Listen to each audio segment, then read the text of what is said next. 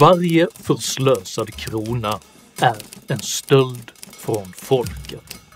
Så lyder ett talesätt om politiskt ansvar och sparsamhet. Och visst provocerar det när politiker omdömeslöst chockhöjer sina egna löner i en tid när de flesta medborgare tvingas skära ner. Men är just politikerlönerna verkligen det slöseri som vi bör fokusera på? Eller döljer den svenska staten betydligt värre stölder från det svenska folket? Dessa frågor tar jag upp i veckans videokrönika om Sveriges slöseri. Jag förslösar inte en enda skattekrona utan är helt beroende av ert frivilliga stöd.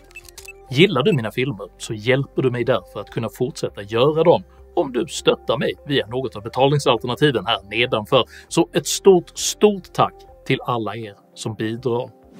Jag släpper en aktuell ny video varenda lördagsmorgon klockan 08:00 svensk tid, så se till att prenumerera, bli notifierad och att följa min Substack. Idag talar jag om stat, stålar och slöseri. Häng med!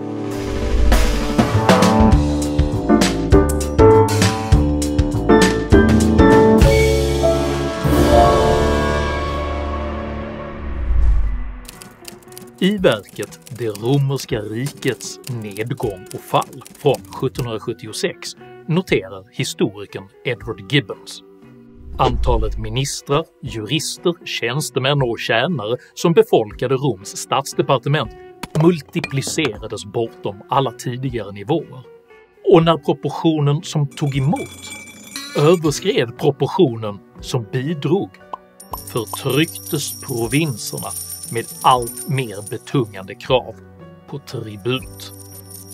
Denna typ av provocerande byråkratisk tillväxt är tidlös och uttrycktes i Sverige så sent som i förra veckan när Norrtäljes nya styre försökte höja sina egna löner med nästan 30%.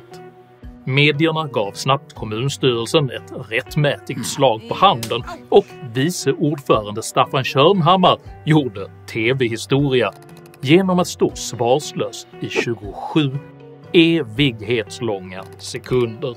Fanns det inte andra lönekuvert eller andra verksamheter att stoppa de här pengarna i? Every hour we spend on that planet will be 7 years back on Earth.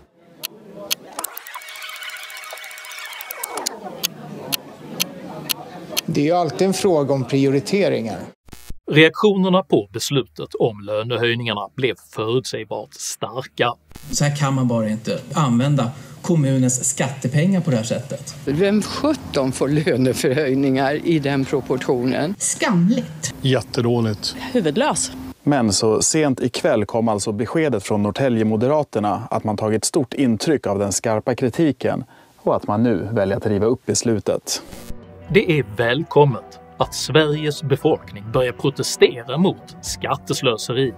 Men även om Norrtäljes kommunstyrelse hanterade denna situation både tondövt och klumpigt, så hade ändå inte deras löneökningar varit mer än en mikroskopisk droppe i ett enormt hav av slöseri.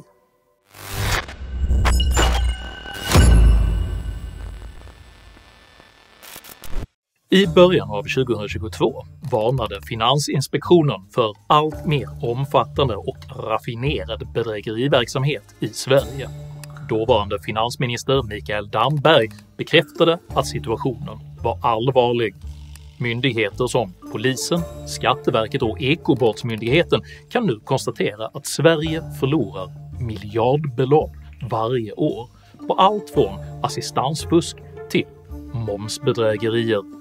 Sammanlagt handlar det om mer än 43 miljoner kronor som felaktigt betalats ut på överdrivna eller helt falska uppgifter enligt polis och åklagare.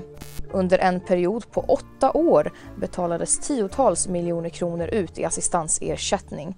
Samtidigt visar bilder från affärer, begravningar och bröllop hur brukarna kan stå och gå utan hjälp. Den absurda vidden av dessa problem underströks i slutet av 2019 då det uppdagades att även Iraks försvarsminister misstänktes för grovt bidragsbrott mot den svenska försäkringskassan. Iraks försvarsminister Najah al-Shamari går på svenska bidrag. Även Expressens källor kan nu bekräfta de här uppgifterna. Tidigare i år redovisade även Pensionsmyndigheten siffror som visade att fel begås i över 50% av alla oanmälda utländska pensioner. När mamman och hennes barn kom till Sverige sa de att pappan hade dött i Irakkriget 2006.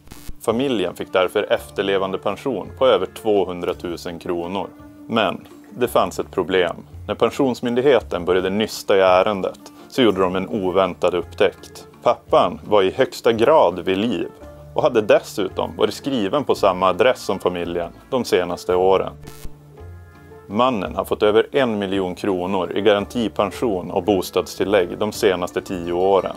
1. Mannen hade inte uppgett att han hela tiden fått utländsk pension i tillägg till den svenska pensionen. Han hade alltså haft dubbla pensioner. 2. En kontroll visade att mannen avled och begravdes i Bosnien för över 5 år sedan. Trots det har pengarna fortsatt att betalas ut från Sverige.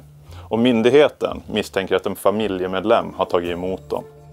Enligt den statliga utredningen Samlade åtgärder för korrekta utbetalningar från välfärdssystemen är den sammantagna bedömningen att de felaktiga utbetalningarna från välfärdssystemen uppgår till 18,1 miljarder kronor årligen. Osäkerhetsintervallet uppskattas till 11 till 27 miljarder kronor.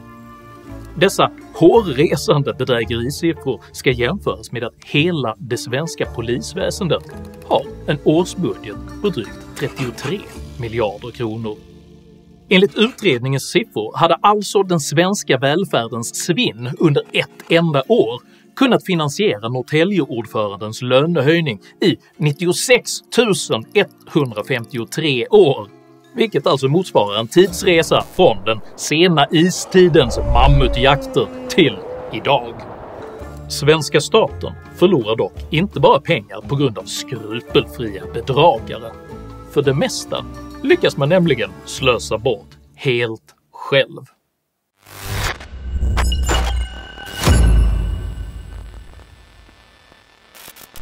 Varje år delar svenska staten ut miljardbelopp i olika typer av stöd till näringslivet. Dessa stöd ökade från 34 till 45 miljarder kronor mellan åren 2015 och 2020 och är i stor utsträckning fokuserade på så kallade gröna omställningsprojekt. Samtidigt visar den statliga förvaltningsmyndigheten Tillväxtanalys egen utvärdering entydigt att dessa stöd inte gör någon nytta. Det går inte att påvisa någon signifikant koppling mellan erhållande av stöd och företagens omsättning, varken på kort eller lång sikt. Slutligen ser vi i tabell 5 att inkluderande av direkta sysselsättnings- och investeringseffekter ej heller ändrar på resultaten. Det går inte att påvisa någon signifikant effekt av stöden på de stödmottagande företagens omsättning. Däremot går det att identifiera flera direkt kontraproduktiva ekonomiska konsekvenser av statens stödpolitik. Skattebetalarnas rapport “Den industripolitiska återvändsgränden 2.0” fastslår exempelvis: den mest skadliga industripolitiken, så kallade Green Deals, är också den formen av stödpolitik som växt mest såväl i popularitet som i anslag under det senaste decenniet. De gröna bubblorna har i flera kommuner utvecklats till svarta hål och miljardskulder. Exemplen på denna förment gröna kapitalförstöring är många. Gävleborgs län beslutade till exempel nyligen att sälja sin olönsamma och kraftigt bidragsdopade satsning på vindkraft till en förlust på 120 miljoner skattekronor. På liknande sätt tvingades nyligen det kommunala energibolaget Göteborg Energi att lägga ner sin stödfinansierade satsning på grön gobigas till en förlust på nära 2 miljarder kronor. Ett tredje exempel är hur Örnsköldsviks bidragsstödda investering i grön etanolproduktion orsakade kommunen så kolossala förluster att det har lett till att man nu, med en samlad skuld på runt 4 miljarder kronor, blivit en av Sveriges mest skuldtyngda kommuner. Liknande projekt bedrivs just nu runt om i hela Sverige av kommuner som med bidrag uppmuntras att ta enorma risker för att bli världsledande, generera hållbar tillväxt och skapa gröna jobb genom dåligt underbyggda högrisksatsningar.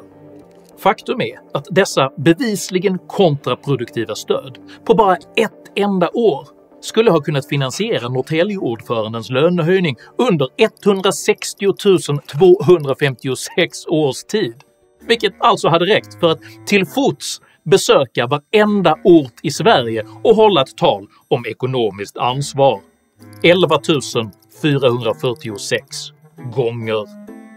Men svenska staten slösar inte bara bort enorma summor på att stötta misslyckade satsningar. Man upphandlar även enorma mängder av misslyckade satsningar helt själv.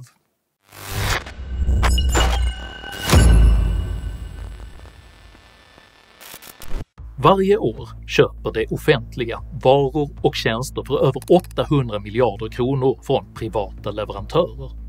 Detta motsvarar en sjättedel av hela Sveriges BNP eller 80 000 kronor per invånare.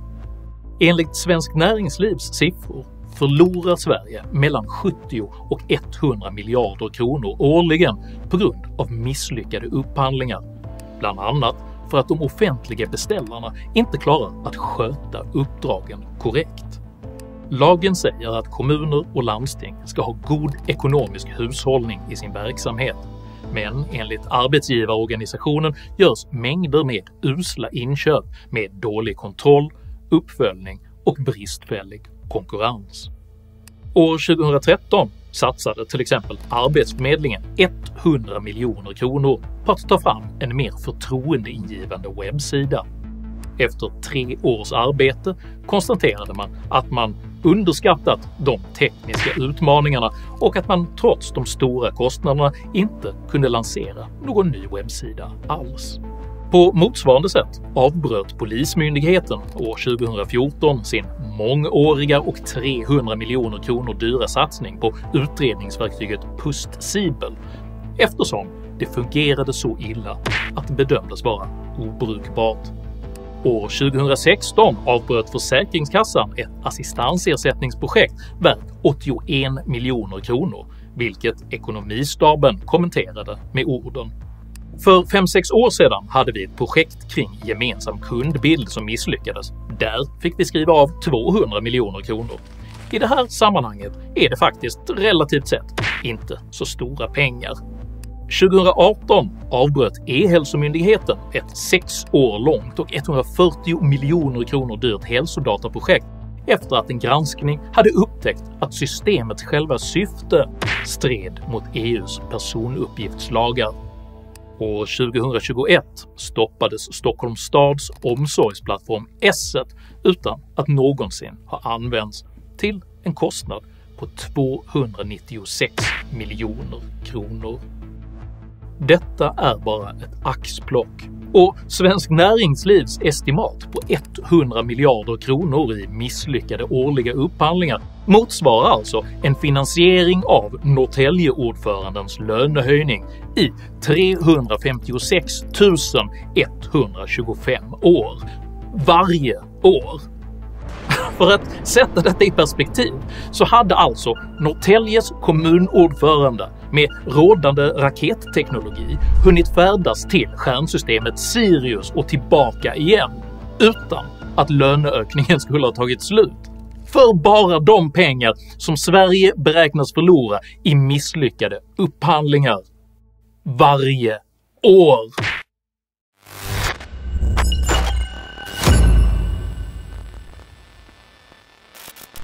Det slöseri som jag redovisat i denna video är dock bara toppen på det svenska slöseriets isberg. Från myndighetsreklam, kommunikatörer och genusobservatörer till föreningsbedrägerier, skrytprojekt och stöd till religiösa extremister läcker den svenska staten pengar som ett såll i precis alla riktningar.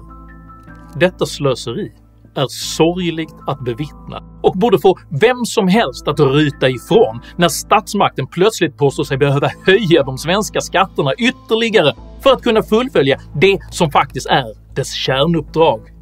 Jag säger inte att det inte är både taktlöst, tondövt och provocerande när politiker plötsligt chockhöjer sina egna löner, utlöser extra stora fallskärmsavtal eller pausar sin föräldraledighet medan riksdagen har sommarstängt för att kunna maximera välfärdssystemens utdelning. Men det kanske kan vara värt några extra tusenlappar att anställa folk som är lite bättre på att hålla i de pengar man faktiskt har. För det är dina pengar, mina pengar, våra pengar som vi tillsammans har arbetat ihop som förslösas på detta absurda sätt. Så min uppmaning är att rikta din vrede åt rätt håll. Mot den stat där varje förslösad skattekrona borde ses som en stöld från folket. Och som vi lär av det romerska kejsardömet leder ytterst ett växande gap mellan de som tar emot och de som bidrar till att hela imperiet rasar samman. Om du uppskattade innehållet i denna video så hjälper det mycket om du delar den med dina vänner och kanske till och med stöttar mitt arbete via något av betalningsalternativen här nedanför. Dela även gärna med dig av dina egna åsikter och erfarenheter i kommentarsfältet, men jag ber dig att alltid vara artig. Jag accepterar inte aggression, personpåhopp eller rasism i mina idédrivna kommentarsfält. Tack för att du som kommenterar respekterar detta.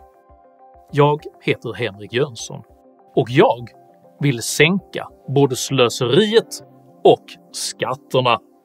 Tack för mig och tack för att du har lyssnat.